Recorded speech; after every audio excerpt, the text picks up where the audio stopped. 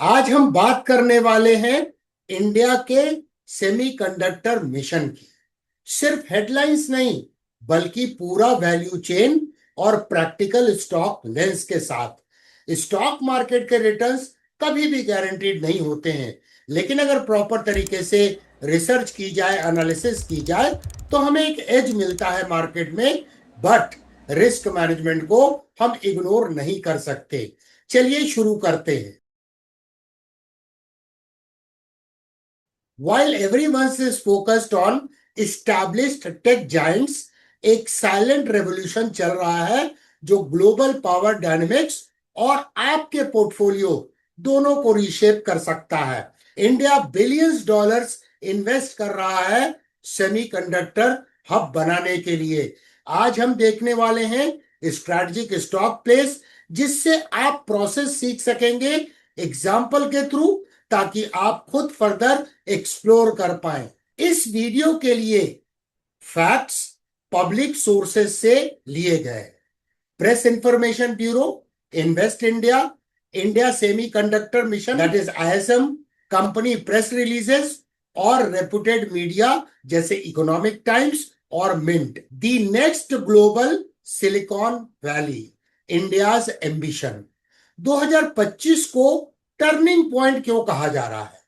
क्योंकि fresh approvals और execution milestones pace पकड़ते हुए नजर आ रहे हैं। इंडिया सेमीकंडक्टर मिशन आईएसएम के अम्ब्रेला में प्रोजेक्ट्स को पुश मिल रहा है।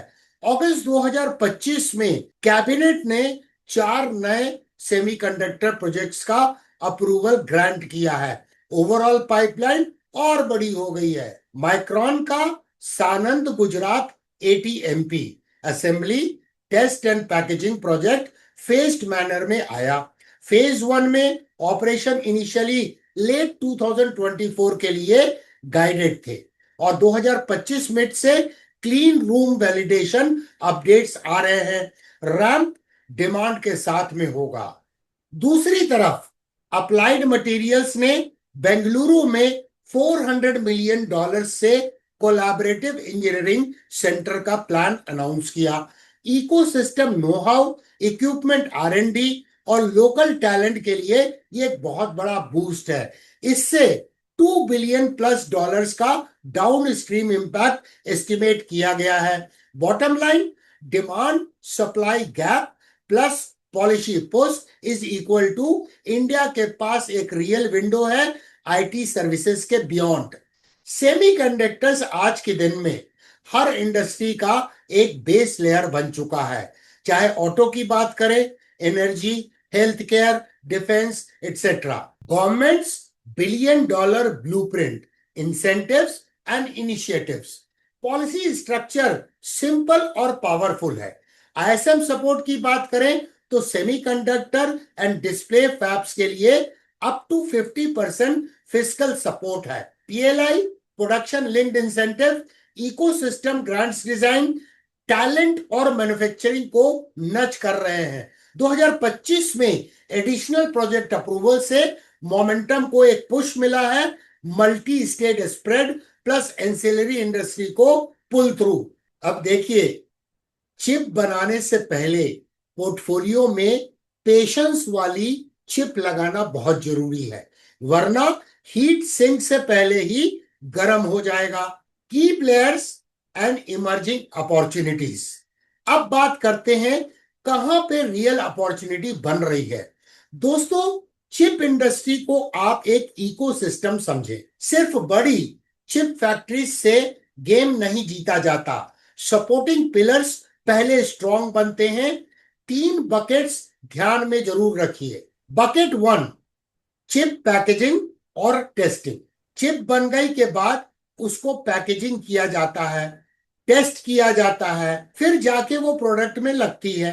ये स्टेज इंडिया के लिए फास्ट ट्रैक हो सकती है, क्योंकि यहां पर इंफ्रास्ट्रक्चर, क्वालिटी प्रोसेसेस और स्किल्ड टेक्नीशियंस बिल्ड करना फ्रंट एंड से रिलेटिवली जल्दी पॉसिबल है। इससे जॉब्स भी बनती है और ग्लोबल सप्लाई चेन में हमारी एंट्री स्ट्रांग होती है। Bucket 2, chip design support services. बहुत सारी ग्लोबल कंपनीज अपना डिजाइन और वेरिफिकेशन का काम इंडिया में करवाती है।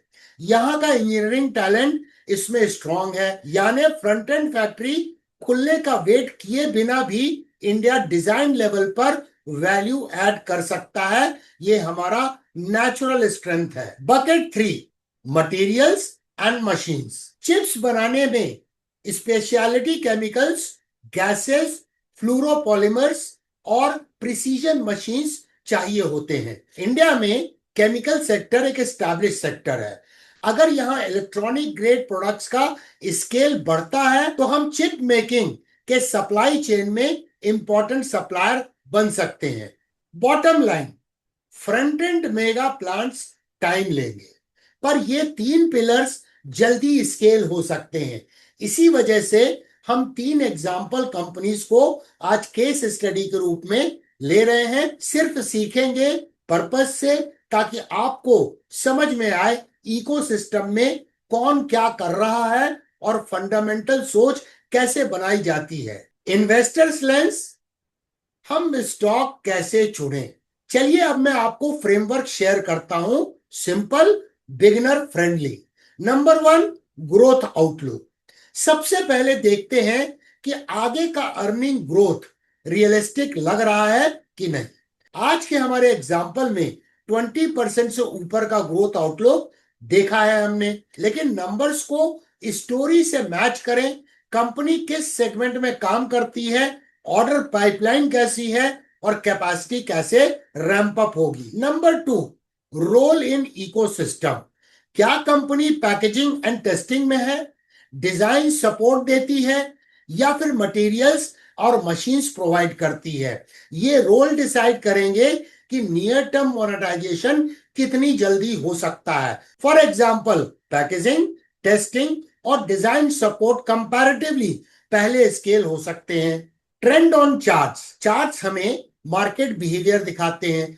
क्या स्टॉक रिवर्सल फेज से निकलकर हेल्दी अप ट्रेंड में जा रहा है, या ऑलरेडी मार्कअप फेज में है जहां शैलो पुलबैक होने की संभावना हो सकती है। हम फंडामेंटल एनालिसिस के बाद चार्ट्स पे आएंगे, पर ये ब्रॉडर लेंस पहले दिमाग में रख लीजिए। Valuation and cash flows.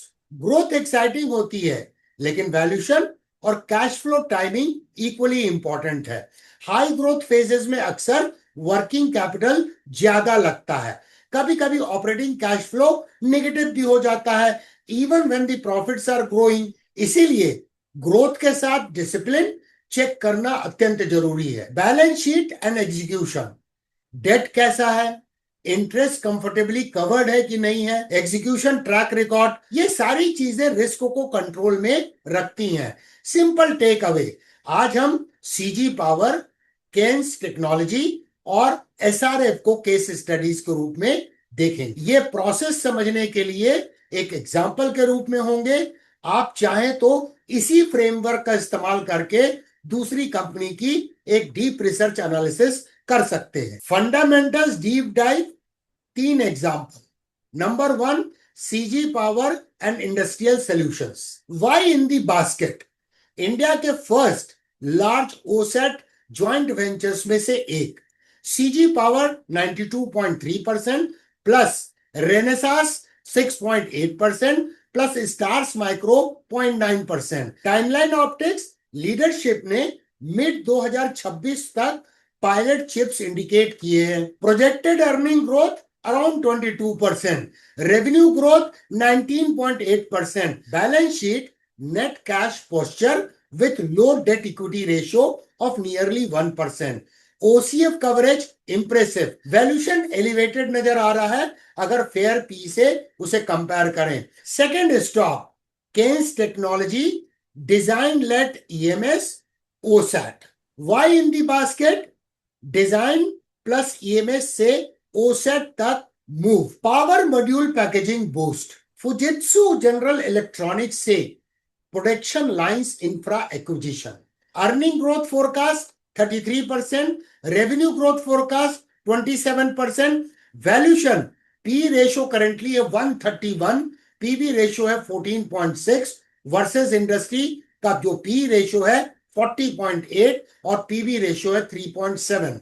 तो वैल्यूएशन वाइज एक्सपेंसिव नजर आ रहा है।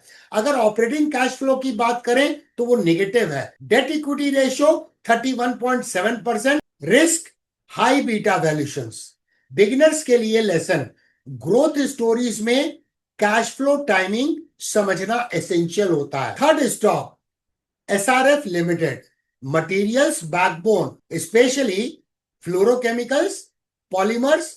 Why in this basket? Semiconductor ecosystem का indirect but critical layer. Earnings growth forecast 24%, revenue growth forecast 13%, pi stock की स्कोर 8 है जो स्ट्रॉन्ग फाइनेंशियल्स को इंडिकेट करता है। डेट इक्विटी रेशियो करीब 37%, but trend deleveraging over 5 years. Interest coverage 7.6 times. Valuation stress नजर आ रही है और इसीलिए मीन रिवर्जन की पॉसिबिलिटी को रूल आउट नहीं किया जा सकता है। तो चलिए दोस्तों, अब चार्ट के ऊपर में चलते हैं, जहां इन 3 स्टॉक के प्राइस एक्शन को समझते हैं, ट्रेंड की एनालिसिस करते हैं और रिलेटिव स्ट्रेंथ एनालिसिस करके देखते हैं क्या ये स्टॉक आउट परफॉर्म कर रहे हैं बेंचमार्क से या अंडर परफॉर्म कर रहे हैं। ये सीजी पावर का प्राइस चार्ट है मंथली टाइम फ्रेम में एनएससी के ऊपर में। तो क्या आप देख पा रहे हैं कि एक मासिव राउंडिंग बॉटम पैटर्न का ब्रेकआउट हुआ है। इस स्टॉक का डाउन ट्रेंड की शुरुआत हुई दिसंबर 2010 में और उसके बाद ये लगातार गिरता रहा और जो इसने हाई बनाया था उसको कभी भी ब्रेकआउट नहीं दे पाया और ये वर्टिकल फॉल देखा गया। लेकिन उसके बाद यहाँ पे एक राउंडिंग बॉटम पैटर्न का ब्रेकआउट हुआ और इसका जो ब्रेकआउट हुआ वो सितंबर 2021 में हुआ, यानी करीब 10.5 साल 11 साल का राउंडिंग बॉटम पैटर्न था। अब देखिए प्राइस कई महीनों से कंसोलिडेट कर रही है नियर EMA 21। तो EMA 21 ऐसा लग रहा है कि एक डायनेमिक सपोर्ट के रूप में काम कर रही है। क्या हम प्राइस एक्शन को चेक कर सकते हैं कि प्राइस में लॉस ऑफ मोमेंटम क्यों आया है? तो अगर हम फिबोनाची एक्सपेंशन टूल को इस्तेमाल करें और इस राउंडिंग बॉटम के आधार पर उसे प्रोजेक्ट करें तो 61.8% एक्सपेंशन लेवल पहुंचने के बाद यहाँ पे हम देख सकते हैं लॉस ऑफ अपसाइड मोमेंटम था। तो टेक्निकल एनालिसिस के अनुसार ये एक्सपेक्टेड था। तो प्राइस एक्शन रिदमिक नजर आ रहा है। अब हम सीजी पावर को डेली प्राइस चार्ट में देख रहे हैं। यहाँ पे क्या देखते हैं, रिसेंट टाइम में ये डाउन ट्रेंडिंग मूव में था, lower highs and lower lows का मार्केट स्ट्रक्चर था। इसके बाद यहाँ पर इसने डबल बॉटम बनाया जिसका अपेक्स यहाँ था और ये एक सीरियस रेजिस्टेंस भी था जिसका फाइनली यहाँ पर ब्रेकआउट हुआ। और ये ब्रेकआउट कब हुआ? ये हुआ मई 2025 में और उसके बाद प्राइस कई दिनों से ये कंसोलिडेट कर रही है। इंपॉर्टेंट चीज ये है कि EMA 55 ने SMA 144 को क्रॉसओवर कर लिया है और SMA 144 का स्लोप जो इंक्लाइनिंग डाउन था अब फ्लैट होके इंक्लाइनिंग अप होने का एक टेंडेंसी दिखा रहा है। अगर इसकी RS एनालिसिस करें तो स्लाइटली अंडर परफॉर्म कर रहा है लुकअप पीरियड 50 डे के अनुसार निफ्टी 500 से, लेकिन थोड़े दिन पहले ये आउट परफॉर्म भी करता हुआ नजर आया था। अब हम रेफर कर रहे हैं केन्स टेक्नोलॉजी के प्राइस चार्ट को मंथली टाइम फ्रेम में NSE के ऊपर में। तो NSE पे इस स्टॉक की लिस्टिंग हुई नवंबर 2022 में और उसके बाद एक मासिव इंपल्स का इसमें फॉर्मेशन हुआ, फिर एक डीपर करेक्शन हुआ, लेकिन प्राइस पैराबोलिक राइज होने के बाद भी यहाँ पर EMA 21 पे सपोर्ट ले रही है। लेकिन पिछले 4 महीने से प्राइस इस जगह पे रेजिस्टेंस ले रही है। अगर गौर से देखें तो इस बेरिश कैंडल का ये मीडियन है जो रेजिस्टेंस के रूप में एक्ट कर रहा है। अब हम डेली प्राइस चार्ट में अगर देखें तो ये डाउन ट्रेंडिंग मूव था, उसके बाद इसने लोअर लो बनाना यहाँ बंद किया, मल्टीपल बॉटम का फॉर्मेशन है। खास करके इस कैंडल को देखिए जो एक गैप डाउन ओपनिंग हुई है और सेलर उस पर डोमिनेट नहीं कर पाए। ये हुआ था 7 अप्रैल 2025 को और प्राइस रिकवर कर गई और इस डबल बॉटम का जो अपेक्स था इसका यहाँ ब्रेकआउट हो गया और उसके बाद प्राइस फिलहाल नेकलाइन के नीचे नहीं आई है। इंपॉर्टेंट चीज टू नोट क्या है कि इसमें गोल्डन क्रॉस हो गया है। EMA 55 ने SMA 200 को क्रॉसओवर कर लिया है और साथ में EMA 55 ने इसके पहले SMA 144 को भी क्रॉसओवर किया है और SMA 144 का अब स्लोप फ्लैटेंड होता हुआ नजर आ रहा है। फिलहाल प्राइस जो है सारे क्रिटिकल मूविंग एवरेजेस के ऊपर ट्रेड हो रही है। अगर इसकी आरएस एनालिसिस करें तो निफ्टी 500 को यह आउट परफॉर्म करता हुआ नजर आ रहा है। अब हम देख रहे हैं एसआरएफ लिमिटेड के प्राइस चार्ट को मंथली टाइम फ्रेम में एनएससी के ऊपर में। तो यहां देखिए सेकुलर ट्रेंड बुलिश है। यस, करेक्शन होते हैं लेकिन अल्टीमेटली एक नया हाई बनाता है। रीसेंट टाइम में बात करें, रीसेंट तो नहीं बोलेंगे, मार्च 2022 से लेकर जनवरी 2025 के पीरियड में ये देखिए एक रेंज बाउंड टेरिटरी में ट्रेड हो रहा था। काफी लंबे पीरियड का कंसोलिडेशन था और इसका ब्रेकआउट हुआ जनवरी 2025 में। तो ये एक तरह से prior well defined impulsive wave को अगर कंबाइन करके देखें तो ये बुलिश फ्लैग का ब्रेकआउट करता हुआ नजर आ रहा है। डेली प्राइस चार्ट में अगर हम इसे देखें तो यहाँ पे डबल बॉटम का फॉर्मेशन है, उसका अपेक्स यहाँ था, ये रेजिस्टेंस काफी स्ट्रॉन्ग था जिसका यहाँ ब्रेकआउट हुआ और जब थ्रो बैक हुआ तो ये गैप डाउन कैंडल ने इंडिकेट किया कि नेकलाइन जो है वो एक सपोर्ट के रूप में काम कर रही है जो पहले एक रेजिस्टेंस लाइन थी। अब ये स्टॉक मार्कअप फेज में जा चुका है।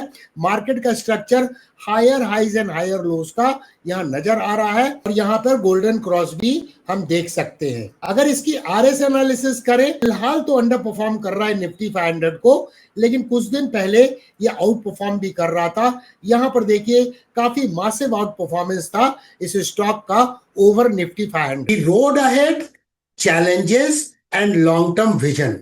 एक चीज याद रखिए, सेमीकंडक्टर रेस मैराथन है, स्प्रिंट नहीं।